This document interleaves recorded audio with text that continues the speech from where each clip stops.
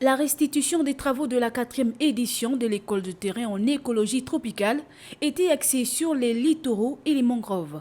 10 jours durant, les participants à cette école de terrain auront eu l'occasion de s'initier et se familiariser à la recherche pour la conservation de la biodiversité. C'est toujours assez intéressant de nous rendre compte que lorsque les étudiants arrivent, en fait, ils n'ont pas idée de ce que c'est que la recherche.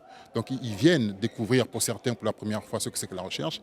Et donc nous, on est émerveillés de voir comment cette flamme-là naît en eux et de comment certains, seulement après 2 semaines de travail de terrain, sont déjà intéressés et veulent aller plus loin. Nous, en tant qu'encadrants, en tant que chercheurs, ça nous encourage à continuer, à ne pas nous arrêter en si bon chemin, de sorte que dans quelques mois, dans quelques années, on ait une relève en fait, qui puisse emboîter le pas et que la préservation de notre environnement puisse continuer. Cette année, 4 ateliers ont été proposés aux apprenants: stratigraphie et étude des roches sédimentaires, évaluation et caractérisation de la pollution plastique, faune, halieutique et enfin, conservation des petits mammifères. Nous avons travaillé dans la conservation des petits mammifères. Alors notre travail était d'évaluer on va dire les signes anthropiques, si ces signes anthropiques influençaient l'abondance et la biodiversité des petits mammifères dans l'arboretum Raponda Walker. Il y a un lien entre les signes anthropiques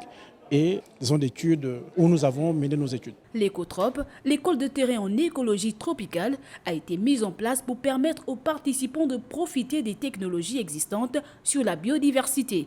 Le but étant d'emmener les apprenants sur le terrain afin d'être confrontés à la réalité de la recherche, mais aussi de générer des connaissances qui serviront à la préservation de la biodiversité de manière générale.